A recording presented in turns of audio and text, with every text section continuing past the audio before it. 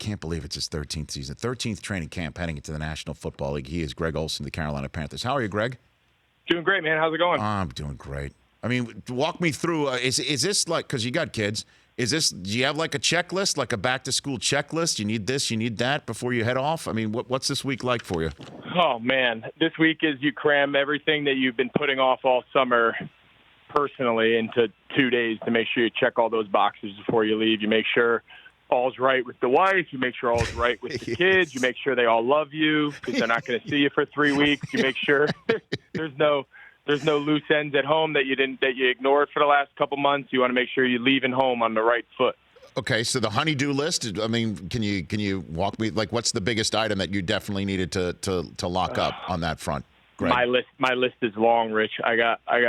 I am fortunate that I have a wife who takes care of mostly everything at home. But my biggest thing really is, in all seriousness, just enjoy the last couple of days with the kids. Enjoy, something as simple as having dinner and then going out in the backyard and making s'mores. Because in the next 3 weeks, we're not going to be able to do it. And after dinner, if they want to go for ice cream, go, right? Just those last couple things that all off season maybe you take for granted because you could always do it tomorrow. We can do it tomorrow, the next day, because you have pretty much a lot of free time. Well, those nights are now at a premium. So it's the hardest part is as I've gotten older and the kids have gotten older is just leaving them, for such a long stretch of time outside of a few training camp visits and whatnot. But it's all part of the deal. We've had a great off season together and gotten to do a lot of stuff, and now it's time to get back to work. Now it's time to get back to work. You're heading to South Carolina, Spartanburg, Wofford College, where things go down, and you are going to be there in a couple days to get it all started. How are you feeling, Greg? Let's start with that.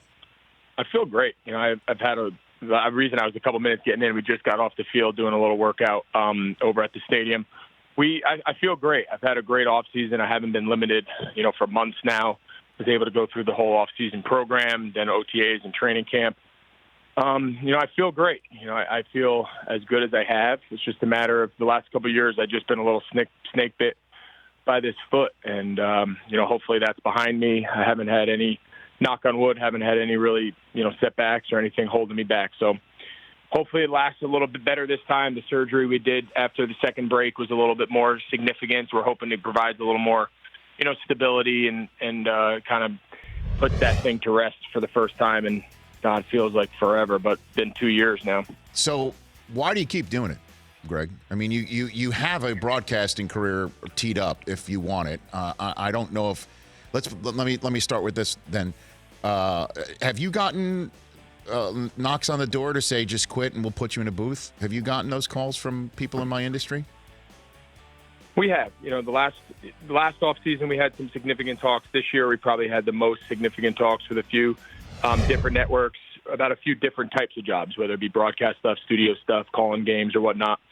And a lot of them were really intriguing. I enjoy it. I've been fortunate to do a lot of different sorts of stuff, whether it's calling games or doing the combine or, doing studio stuff before the Super Bowl. And I've really enjoyed it. But, when it came down to it, it was just really hard for me to walk away considering how the last 2 years went. If that was my way I had to go out and the team was pushing me out the door and that was really the end of the run for me and I just couldn't do it anymore, then fine. But I just feel like I had something left that I needed to go out and finish on my terms, finish my last season potentially or one of my last seasons potentially on a better note, playing the game that I had been accustomed to playing at a high level for 10-plus years prior to being hurt the last two. So I just knew I would look back and regret walking away on such a sour note. And, we'll see what happens once I'm done and see what opportunities are out there. What do you love about it, Greg? What do you love about the football aspect of it here? About playing? Yeah. That keeps the fire burning here? The part that I still really enjoy that a lot of the other guys, I think when you hear about older guys their careers start coming to an end and they can't play at such a high level anymore, it's typically more because they're just not willing to do the off-season stuff anymore. And I get it. The off-seasons get long. Getting up in February and March and training in the morning on your own is hard. Going through OTAs, you have 100 other things. You got family, you got kids, you got other things you want to get into. It's not easy, but I still really enjoy that part. I still enjoy running around with the younger guys. I still enjoy, challenging myself, and whether it's in the weight room or on the field, being disciplined with my off-season programs, being disciplined with my training, finding new ways to, what new ways can I incorporate training into my program to have more longevity, more durability, and just continuing to seek out people who know that world. I just really enjoy that challenge. I think everyone approaches the actual season the same way. I think everybody enjoys the games. I think that part's easy. It's what can you do between February and July, August in training camp to get yourself ready to have success. And when that part of it is over for me and I don't want to get up anymore and do that, then I know it'll be time for me to be done. Greg Olsen, Panthers tight end, right here on the Rich Eisen Show. The All or Nothing series that's on Amazon that came out from your team last year that's out right now, for a lot of people, to see Cam, one of the guys, has been surprising. To see him mixed up. Obviously, they had a good one great scene was him and Luke Kuechly going back and forth with your former teammate Josh Norman. I mean, seeing Cam right in the mix with all the guys, again, has been surprising to some. I'm wondering what you can tell me on that front. Why you think maybe some people will be surprised by that, Greg? Yeah, I haven't seen the show yet, so I've seen little clips and stuff, and I've read what people have talked about and whatnot. But that's the way it's been since he's been here. I don't know what I guess I do kind of know what the national kind of thought of him is and the perspective of the outside is of him. But inside the building since he's gotten here has really been no different than what you just said. He's been one of the guys. He's a fun guy to have around. He's got good energy. He's got good positive impact on the guys around him. He brings a lot of energy to practice, to meetings. He's got a funny side that brings a lot of humor when things get tight. And he's been now for 8 years, just like everybody else. One of the guys in the middle of the jokes, in the middle of the fun. He takes his own. He gives a little of his own. So I'm glad that they were able to kind of capture some of those moments and kind of share that with people who don't get to see him as much as we do on a daily basis around here, for sure. Well, in terms of being locked in on what I guess the job is, which a quarterback certainly of his stature and certainly of his ability and success would show, one thing that leapt out at me that clearly he's focusing on something other than just pop culture is somebody had to explain to him and others what Hamilton was. And that got picked up. Greg, you were the guy who was explaining what Hamilton musical is about and who's in it, Greg. What gives there? I loved it. I went and saw Hamilton when it first came out. Right. I did too. A couple of years ago, and it was just amazing. It was what everyone, it's one of those few times in life where people hype something up, and you're like, all right, I got to go see it. And most of the time you walk out and you're like, okay, it was good. Maybe not as much as the hype, but like you walk out and you're like, wow, that was just incredibly different and unique and something that you're just not accustomed to seeing. So I don't know how it came up. It came up, we were sitting on the bench. I saw the clip online and the guys weren't really sure what it was. And as you can see from the conversation, it was really me trying to explain Hamilton as a hip hop musical Broadway play to a bunch of guys who didn't really understand the whole. It's a very interesting conversation. I don't know how much they cared, but once they gave me the opening, I was going to be sure that by the end of that conversation, they were at least going to go home and Google Hamilton and at least get an idea of what it was all about. Because I guess if Hamilton doesn't show up on the game film, it doesn't matter. Is that what you're telling? I know. I asked them. I said, "You guys are on your phones 12 hours a day.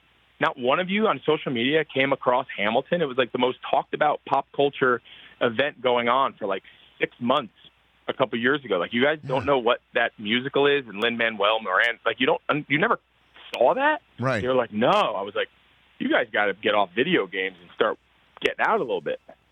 And it's interesting too. I know you're teammates with Cam, and you've known him for a long time. You're the same height as him. If he asked you to get up out of your seat for the transatlantic flight that's coming up for the Panthers London game that I'll be calling shortly, would you give him your seat? Unlike no the chance. No chance. What was it, $1,500? He's got to book his flight earlier. Yeah, I mean, and the $1,500, I guess he needs to up that seat change fee to get that seat. Yeah, he doesn't understand supply and demand.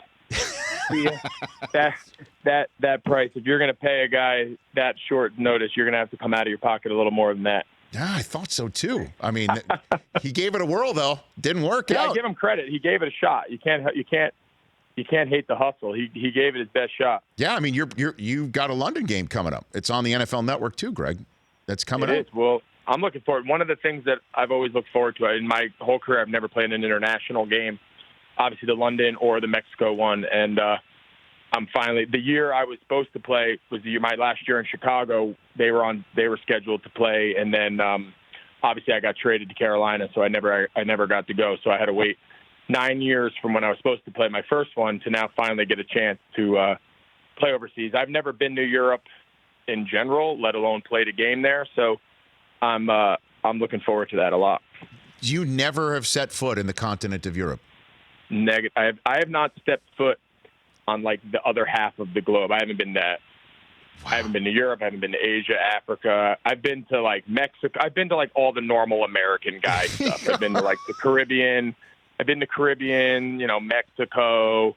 I have been to Hawaii, and that's pretty much it. You're going to be playing in Tottenham Hotspur Stadium, new White Hart Lane. It's going to be against the Panthers versus the Bucks too. And I'll tell you what, man. I mean, I'm looking forward to that game. Again, that's on NFL Network, Week 6, right there in the middle of October. This division, Greg, it just seems to be now with Arians at the head coach spot in Tampa. That seems to be a perfect marriage for Jameis Winston right now. And then you're in year 2 with the Norv offense there, and we all know when Cam was healthy last year what that looked like. We know that the Saints, in the minds of many Saints fans, should have been in the Super Bowl. And the Atlanta Falcons appear to be absolutely loaded. I don't know how the heck this division gets sorted out, Greg. I wonder what your thoughts are on this. Yeah, I mean, the last couple of years, the reality has been, I mean, you'd be hard-pressed to find a better division in either conference as good as the South, the NFC South. And, it all starts with quarterbacks. If you look around the league, to have the 4 quarterbacks that we have in our league. I mean, even the best way to sum it up is last year, the worst team in our division, the last couple of years, the Bucks have had the number 1 offense in the league. So, I mean, you're talking about going to play what's supposed to be the easiest of your 6 division games, and you're still getting ready to play a team that's going to put up 30 points, 25, 30 points, and 400 yards of offense a game. I mean, that's supposed to be your easy game, So, anytime you play against high-caliber quarterbacks, we got 3 number 1 overall pick quarterbacks in our division, and then the 4th one is Drew Brees. So it's a tough 6 games that you're starting with each year, and now as each team has gotten younger and better on defense to go with their, quarterback play and their high-powered offense and their ability to throw the ball and the guys on the outside that they have at receiver. It's a really difficult division to come out of. But at the same time, I think it prepares us, and we've competed, right there with everybody over the last couple of years. Obviously the last season or 2 haven't been as great for us as they were the previous when we won it 3 times in a row there for a while. But the division is as good as any. I think, like you said, we know Arians from his time when we competed at a high level in the NFC against the Cardinals. Yep. The year in the NFC Championship with Arians and that run they had for a couple of years. So he'll get them back rolling again, and to go along with what they're doing in Atlanta and New Orleans. So we got our work cut out for us. We know 6 games a year are going to be tough, and then you'd see who your division, AFC divisional group is, and what your NFC, cross group. It's a tough schedule when you start with 6 like that. Absolutely. And last one for you, Greg. I'm going to give you a question. If you were part of the paparazzi, you're an analyst, this is exactly the one that they would ask you, and they being the sports media, and I guess I'm part of that. So I'm going to give it to you right here. Just going to, if you don't mind, throw it right at you.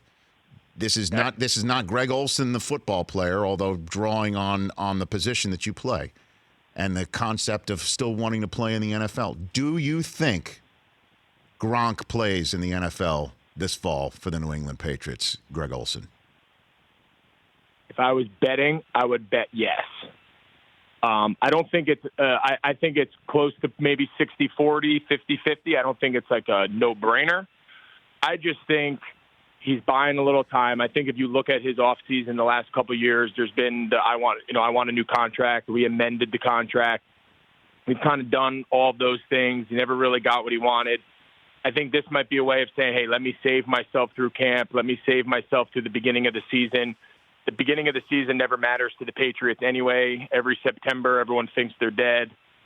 I don't think those games really matter that much around there. When things start getting serious in November, I think if they find themselves in a run and he's available, I think there's a realistic shot that they bring him out and say, hey, come play 25 snaps for us, play in the red zone, play on third down, give a little extra juice to the offense and help us make the late season run that we're accustomed to kind of year in and year out to put ourselves in one of the top couple spots in the AFC.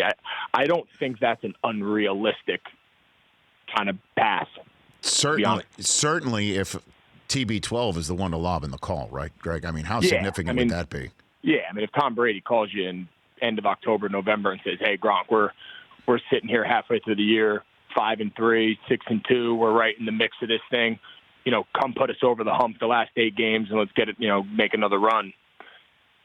I'll tell you, I'd be surprised if it didn't happen. You'd have to show me he's retired for a full 16 games before I really buy it. Greg, you're the man. Always appreciate our chats as well. And by the way, that was great. Before I let you go real quick, you shot a video of somebody proposing this offseason, right? That was the most random thing I've ever done. Can you walk me through that real quick before I let you go here? That happened, right? I was down in Nashville speaking at this healthcare conference or whatever, and I got back to my hotel room that night after the event and dinner, and we're walking, and me and my buddy, and we're walking down like the lobby of the big Opryland or whatever it's called down in Nashville. It's like a huge, huge hotel, and we're walking across like this sky bridge, which is kind of like the lobby, and this guy and a girl are holding hands, and they're kind of walking at us. We don't think anything of it, and within probably like 10, 15 feet away, he just stops. He kind of like grabs her hand, pulls her back, drops to a knee. And I had my phone in my hand, and I was just like, I got to film this for the guy. I wish I had my proposal, let alone my wedding, on film. I don't have either. So I was like, you know what? Wow. I just started videoing it, and we were within 5-6 feet of them by this point, and recorded it. I got his number afterwards. I sent it to him. I was like, hey, man, congrats. I'm glad I was able to capture it for you, and here it is if you want it. Turned out he was a Panther fan. It was pretty cool. And he now has that moment forever. So it was just weird timing, but it was kind of exciting. I was happy for them. You're good people, Greg Olsen. Thanks for the call. We'll chat down the line, okay? Be good. You got it. Thanks, Rich. You got it. That's Greg Olsen. For more of The Rich Eisen Show, tune to Audience Channel 239 on DirecTV for free on BR Live or download the Rich Eisen Show app.